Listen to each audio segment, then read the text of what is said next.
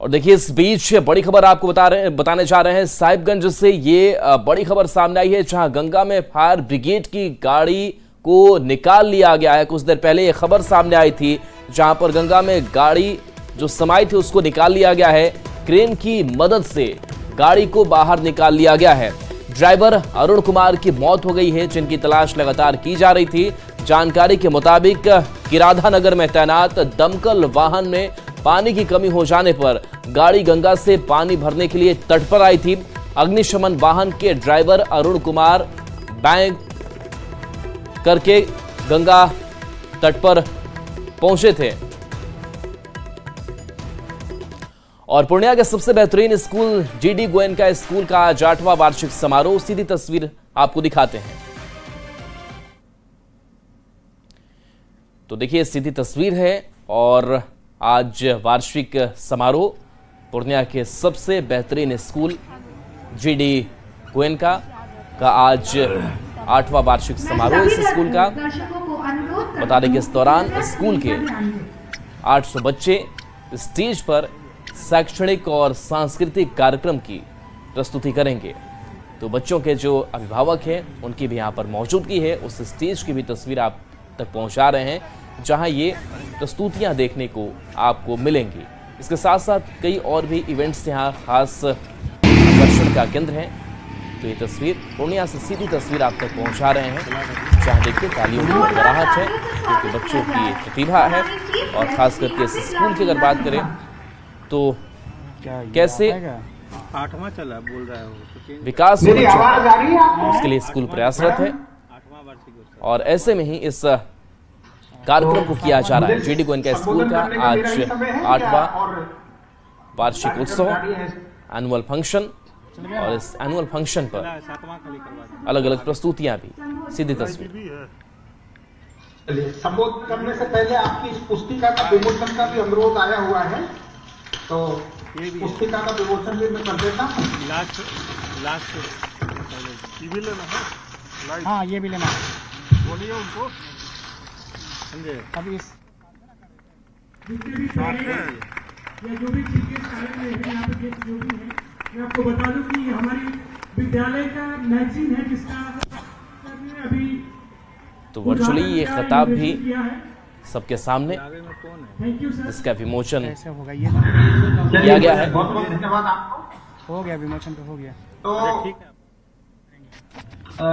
GD Goenka public school Purnia के annual function में उपस्थित सभी सम्मानित अतिथिगण, शिक्षाविद, अभिभावकगण एवं प्यारे छात्र छात्राओं, मुझे इस बात की बहुत प्रसन्नता है कि विद्यालय का वार्षिकोत्सव के अवसर पर मुझे आपको संबोधित करने का अवसर मिल रहा है। से लेकर के मैं ये स्कूल प्रबंधन के अनुरोध पर भौतिक रूप से सर इसके बाद ये विमोचन का होगा और थोड़ा सा इसका ले लेना 2 मिनट कारण नहीं आ पाया। विमोचन हो गया। अगली बार जब विमोचन की पूर्णिया ये अभी अमृतलाल मीना कर रहे हैं। निश्चित ही आपके बीच आकर शिक्षकों और विद्यार्थियों कितना मिनट का काटना है इनका मिलने का विमोचन से प्रयास करूंगा। 2-3 मिनट। मैं आज के विमोचन के साथ 2-3 मिनट स्कूल प्रबंधन, सभी शिक्षकों और छात्र छात्राओं को विमोचन शुरू में और बधाई देता हूँ। हाँ 3 कैप्चर मिनट कर लेंगे। विशेष तौर पर स्कूल के founder chairman doctor Piyush Agarwal और founder vice chairman Shri Shailendra Gupta, ठीक है सर, जिनके हाँ तो उसको भी समय 4 मिनट दृष्टिकोण से इस विद्यालय की नींव रखी गई और गुणवत्तापूर्ण शिक्षा देने के लिए उनके द्वारा सफल प्रयास किया जा रहा है। उनको बहुत बधाई 3 मिनट का सर इनका काटना है। पूर्णिया किताब का विमोचन शुरू में हुआ। यह जीडी गोयनका पब्लिक स्कूल बच्चों की गुणवत्ता युक्त शिक्षा की महत्वपूर्ण आवश्यकता की पूर्ति कर पा रहा है। आपका विमोचन ये हमें बहुत ही प्रसन्नता का विषय है। कैसे होगा? मुझे बताया गया कि इस विद्यालय के बच्चों में शेड्यूल में कैसे राष्ट्रीय स्तर पर विभिन्न कॉम्पिटिटिव एग्जाम्स में बहुत अच्छी उपलब्धि ये आ रहा है कैमरा में सही। इस पर हम लोगों को बहुत ही गर्व है कि बिहार राज्य के विद्यालयों के पढ़े हुए बच्चे नीट जैसी महत्वपूर्ण परीक्षाओं में 24वीं रैंक पीयूष अग्रवाल ने हासिल किया है और all India institute of medical sciences में एडमिशन पाया है। ये उनका अद्वितीय प्रदर्शन है। इसके चलिए बढ़ेंगे आगे। गढ़वा से बड़ी खबर, जहां जंगली हाथी ने एक शख्स की जान ले ली है। हाथी ने शख्स को पैरों से कुचलकर मार डाला है। वन विभाग की टीम पर ग्रामीणों ने हमला कर दिया। ग्रामीण महिलाओं ने वन विभाग के साथ मारपीट की। पुलिस के हस्तक्षेप के बाद ग्रामीण शांत हो पाए। चिनिया थाना क्षेत्र के शपकली गांव का यह मामला सामने आया है, जहां वन विभाग की टीम पर ही हमला बोल दिया गया। बताया जा रहा है कि ग्रामीण महिलाओं ने वन विभाग के साथ मारपीट की। जो टीम पहुंची हुई थी, पुलिस के हस्तक्षेप के बाद से गांव वाले शांत हुए। तो इस वक्त की बड़ी खबर बता रहे हैं, जहां जंगली हाथी ने एक शख्स की जान ले ली है और लोगों का आक्रोश वन विभाग को लेकर के कि हाथियों को काबू में करने की कोशिश नहीं की गई और बड़ा नुकसान हुआ। एक शख्स की जान चली गई। हाथी ने शख्स को पैरों से कुचलकर मार डाला, जिसके बाद वन विभाग की टीम पर ग्रामीणों ने हमला कर दिया, क्योंकि ग्रामीण लगातार वन विभाग की टीम से मांग कर रहे थे कि हाथियों से गांव वालों को बचाया जाए, उनके लिए व्यवस्था की जाए। और इस बीच एक मौत हो जाती है और इस मौत के बाद गांव वाले भड़क उठते हैं और वन विभाग की टीम पर ही हमला बोल देते हैं। चंदन कश्यप हमारे साथ, न्यूज़ 18 संवाददाता। चंदन, क्या मामला सामने आया है? गांव वाले क्यों गुस्सा हुए? उन्होंने हमला भी बोला है वन विभाग की टीम पर।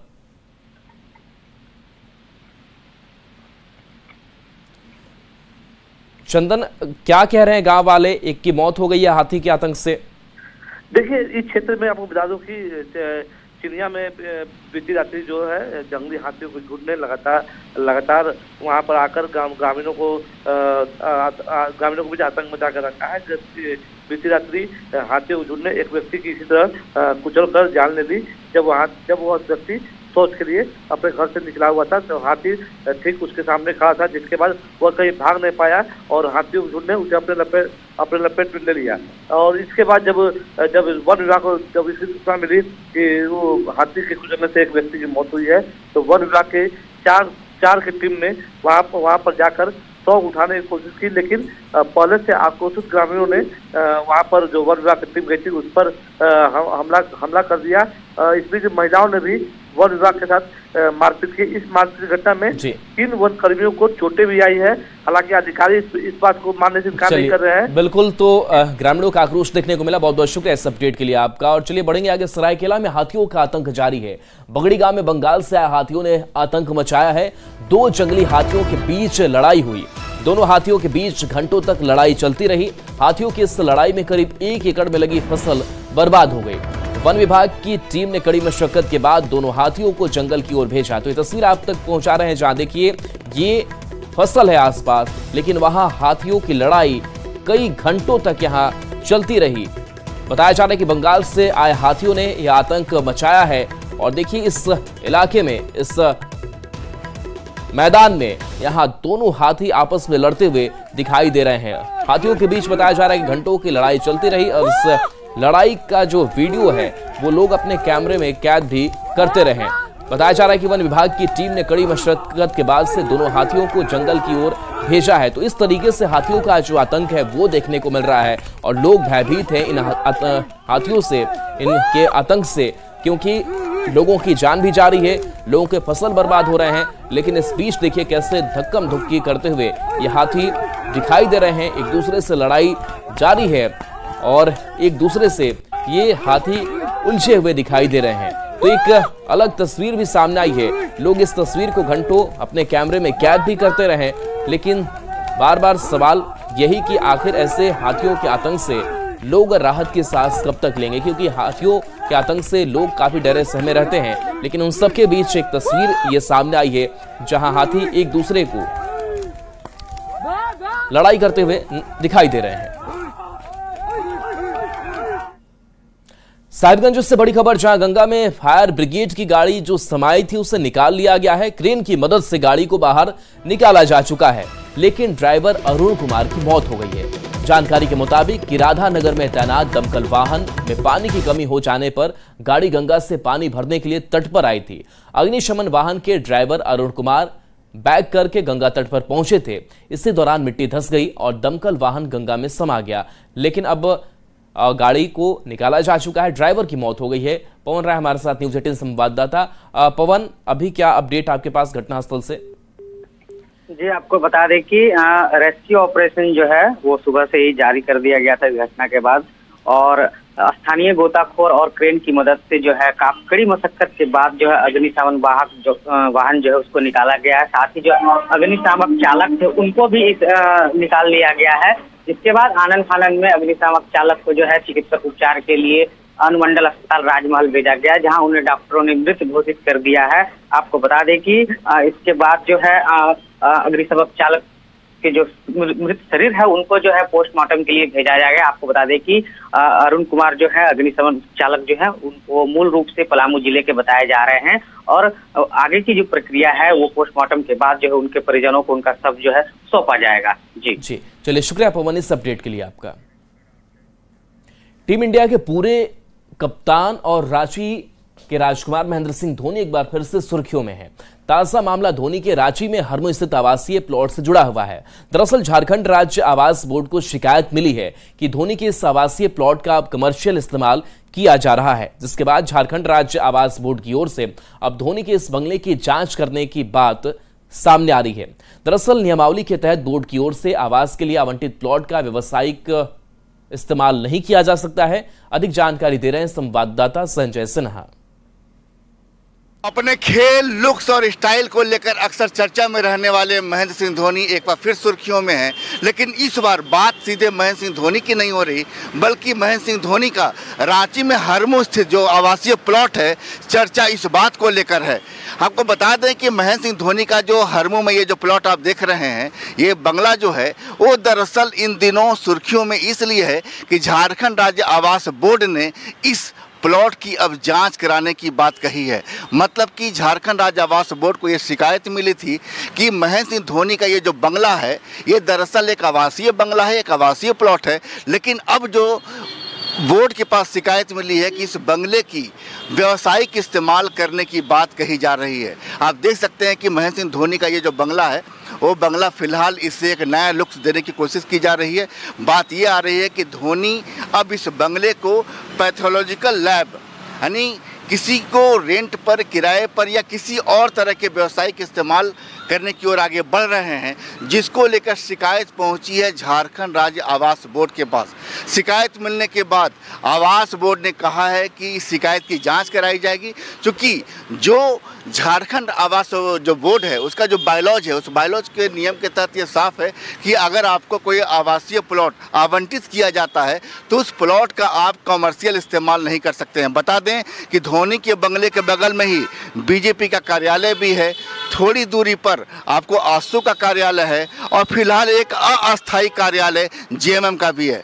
तमाम जो है कार्यालय को भी पूर्व में झारखंड राज्य आवास बोर्ड की ओर से यहाँ पर उन्हें भी नोटिस दिया जा चुका है, लेकिन वर्तमान में झारखंड राज्य आवास बोर्ड की ओर से धोनी के इस बंगले को कोई नोटिस तो नहीं दिया गया है, लेकिन जांच की बात जरूर कही गई है। मतलब कि धोनी को ये प्लॉट किस आधार पर, किस सेवा शर्तों के साथ आवंटित किया गया, क्या यह वास्तव में सिर्फ आवासीय प्लॉट है या धोनी को किसी और शर्त पर यह प्लॉट मुहैया कराया गया था। कुल मिलाकर इसकी जांच कराई जाएगी और जांच के बाद जो नियम संगत होगा, आवास बोर्ड ये साफ कर रहा है कि उसके तहत कार्रवाई की जाएगी। संजय कुमार सिन्हा, न्यूज़ 18 रांची। वह इस मामले पर सियासत भी जमकर हो रही है। इस मामले पर बीजेपी विधायक सीपी सिंह ने कहा कि हरमू के ज्यादातर आवासीय प्लॉट का इस्तेमाल कमर्शियल ही किया जाता है। बोर्ड में शुरुआत में इसे बढ़ावा देता है और बाद में नोटिस की बात करता है, जिस पर जेएमएम ने अपनी प्रतिक्रिया दी है। देखिए, झारखंड आवास बोर्ड किसको किसको नोटिस दे रही है, क्या कर रही है, तो मुझे नहीं पता है। अखबारों में हम लोग देखते हैं, उसी के आधार पर कहते हैं। हमारे इस झारखंड के लाल ही नहीं, भारत के लाल है MS धोनी। अब इतने बड़े क्रिकेटर जिन्होंने देश का नाम विदेशों में भी किया है। देखिए, जांच कराना, मुझे लगता है जांच होना कोई गलत बात नहीं है। जांच अगर हाउसिंग बोर्ड को ऐसा लगता है तो जांच करा ले, परंतु पहले तो हमारे जो झारखंड के आन बान शान महेंद्र सिंह धोनी, उनका पक्ष भी जानना होगा। उस जमीन का नेचर क्या है वो जानना होगा। आवंटन का आदेश था, उसमें किन बातों का जिक्र था, किन शर्तों का जिक्र था, उन सभी बातों को जाने बगैर कुछ बोलना उचित नहीं होगा। और मुझे लगता है कुछ भी बातें होंगी तो महेंद्र सिंह धोनी के साथ सहयोग की भावना हाउसिंग बोर्ड को रखना चाहिए, ऐसा मैं मानता हूँ। झारखंड सरकार के जनजाति कल्याण मंत्री चमरालिंडा लोहरदगा पहुंचे, लोगों से मुलाकात कर उनकी समस्या को सुना और उसे दूर करने के निर्देश दिए। वहीं राज्य में अब भी आदिवासियों के पूर्ण विकास नहीं हो पाया है, जिसे लेकर मंत्री ने चिंता जताते हुए इसमें प्रशासनिक पदाधिकारियों की लापरवाही बताया है। पार्ट है उनका डेवलपमेंट का और दूसरी पार्ट है उनकी पॉलिसी का। डेवलपमेंट भी एक बड़ी जिम्मेदारी है जो कि जितनी होनी चाहिए उतना हुआ नहीं। प्रशासनिक पदाधिकारियों की लापरवाही हमने पाया है इतना दिन का मेरा सर्वे में। दूसरी पॉलिसी के मैटर में प्रोटेक्टिव पॉलिसीज ट्राइबल के लिए 5th शेड्यूल के लिए वो बनाने की जिम्मेदारी। झारखंड सरकार अब विदेशी भाषाओं की पढ़ाई कराने की तैयारी में है। झारखंड स्किल डेवलपमेंट मिशन के तहत राज्य के युवाओं को विदेशी भाषा की पढ़ाई कराई जाएगी। श्रम एवं कौशल विकास विभाग के सचिव मुकेश कुमार ने कहा कि उम्मीद है कि अगस्त के पहले हफ्ते तक पहले बैच के बच्चों को विदेशों में नौकरी मिल जाएगी। के साथ लोग चाहिए, उन कंट्रीज को हम लोग टारगेट कर सके और वहाँ अपने लोगों को भेज सके। उससे दो फायदे होंगे। एक तो जो हमारा HR कैपिटल है, हमारे जो लोग हैं उनका एक्सपोजर बड़ा होगा। जब आप अपनी जगह छोड़ते हैं तो आपका एक्सपोजर होराइजन बेहतर होता है। दूसरा, उनकी आमद भी बहुत बेहतर हो जाती है। हम जो काम यहाँ पे 15-20 हज़ार में करा रहे हैं वो उस काम के लिए उनको 70-80 हज़ार रुपये में। अब आपको गुमला लेकर चलते हैं, जहां लिस सदर थाना क्षेत्र के पिपरा खुर्द गांव में ढोल बाजे के साथ पुलिस पहुंची। छात्रा से छेड़छाड़ के आरोप में फरार शिक्षक के घर नोटिस चस्पा किया और सरेंडर नहीं करने पर सख्त कार्रवाई की चेतावनी दी। बता दें कि इससे पहले भी छेड़खानी के मामले में यह शिक्षक जेल जा चुका है।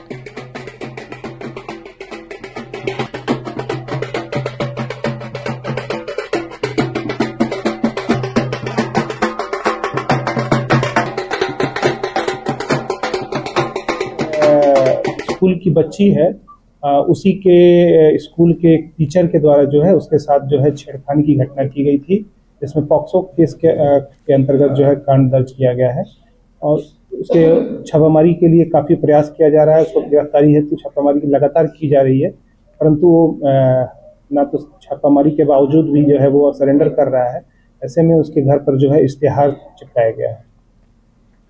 अब आपको लोहरदगा लेकर चलते हैं, जहां नाबालिग से दुष्कर्म मामले में एक आरोपी को सजा सुनाई गई है। जिला व्यवहार न्यायालय ने आरोपी को 20 साल का जेल और 15,000 रुपए जुर्माना लगाया है। यह मामला 3 अप्रैल 2023 का है, जहां नाबालिग युवती के साथ 4 नाबालिग किशोरों ने सामूहिक दुष्कर्म की घटना को अंजाम दिया था। सभी आरोपी बिटपी गांव के रहने वाले हैं। केस में आज विशेष न्यायाधीश पॉक्सो के जो विशेष न्यायाधीश है, जिला एवं सत्र न्यायाधीश प्रथम, उनके द्वारा एक नाबालिग बच्चे को सजा सुनाई गई है, जिसमें 376 AB में सजा हुआ है लाइफ इम्प्रिजनमेंट का, और 363 में 5 साल, 366A में 5 साल की सजा सुनाई गई है और 15,000 अर्थदंड का दंडादेश दिया गया। चकधरपुर रेल मंडल में 24 दिसंबर को 5 घंटे का मेगा ब्लॉक होगा। सुबह 6 बजे से 11 बजे तक मेगा ब्लॉक रहेगा। इस दौरान रेलवे की तरफ से 2 महत्वपूर्ण योजनाओं का निर्माण कार्य किया जाएगा, जिसमें चकधरपुर शहर के NH ओवरब्रिज के पास अंडरपास निर्माण और सोनुआ रेलवे स्टेशन में नए फुटओवर ब्रिज निर्माण कार्य होगा। मेगा ब्लॉक के दौरान निर्माण कार्यों को लेकर रेलवे द्वारा तैयारियां भी शुरू कर दी गई हैं। चकधरपुर में अंडरपास निर्माण की मांग क्षेत्र के लोग लंबे समय से कर रहे थे। इसके निर्माण को लेकर विधायक सुखराम उरांव के मांग पर जिला प्रशासन द्वारा रेलवे को DMFT फंड से राशि दिया गया है। विधायक ने अंडरपास निर्माण का काम शुरू होने को लेकर खुशी जताते हुए कहा कि वर्ष 2025 में शहर के लोगों को नया तोहफा मिलेगा। मेजर काम होना है। एक है सोनुआ का जो FOB है, उसका गर्डर का लॉन्चिंग है। इसके अलावा CKP में एक ओल्ड FOB है, उसका डिसमेंटलिंग है, जिसका गर्डर डिसमेंटल किया जाएगा, और एक लोटा पहाड़ और CKP के बीच में एक LHS का लॉन्चिंग है। तो 3 काम एक ही ब्लॉक में किया जाएगा, पैरेलल ये तीनों काम होगा। ये हमारा जिला होगा या पहला विधानसभा होगा या राज्य का भी हम बोलेंगे पहला होगा जो स्टेट का पैसा सेंट्रल को देना पड़ रहा है। एक तरह से रेल में जो है ये तो जिला फंड था, डीएफटी का फंड था, लेकिन जो हम लोग को जो रेल के बाद दुनिया भर का पैसा है वो चाह तो कर सकता था लेकिन नहीं करने की इच्छा था, फंड की कमी बताया तो हम लोगों ने फंड उपलब्ध कराया और लगभग 1 साल होने जा रहा है। और बारिश के समय भी था तो अभी भी जो कुछ एरिया जो जहाँ अंडरपास बने नमी था, तो एक हमको लगता है 2025 का नया उपहार शहर को मिलेगा। चक्रधरपुर रेल मंडल में 24 दिसंबर को 5 घंटे का मेगा ब्लॉक रहेगा और इस मेगा ब्लॉक के दौरान चक्रधरपुर रेल मंडल के 2 महत्वपूर्ण योजनाओं का काम रेलवे द्वारा किया जाएगा, जिसमें एक चक्रधरपुर शहर का जो अंडरपास का काम है उसके लिए निर्माण कार्य जो होना है उसको किया जाएगा और उसके साथ ही चक्रधरपुर रेल मंडल के सोनवा रेलवे स्टेशन में जो फुट ओवर ब्रिज का काम है उसका गार्डर लॉन्चिंग का काम रेलवे द्वारा किया जाएगा। इसके अलावा और एक काम भी किया जाएगा जो कि चक्रधरपुर रेलवे स्टेशन के एक छोर पर पुराना जो जर्जर फुट ओवर ब्रिज है जिसके बगल में नया ओवर ब्रिज ऑलरेडी बन चुका है उसको भी हटाने का काम किया जाएगा। और इस रेलवे के अधिकारियों के मुताबिक इस दौरान 5 घंटे का जो मेगा ब्लॉक रहेगा इसको लेकर इस रूट से चलने वाली 4 ट्रेनों को रद्द कर दिया गया है। हालांकि इस मेगा ब्लॉक में 2 महत्वपूर्ण योजनाओं का काम होगा जो क्षेत्र के लोगों के लिए आगे लाभदायक होगा। रुपेश प्रधान, न्यूज़ 18 चाईबासा। और चलिए न्यूज़ 18 बिहार झारखंड पर खबरें आपके लिए लगातार जारी हैं।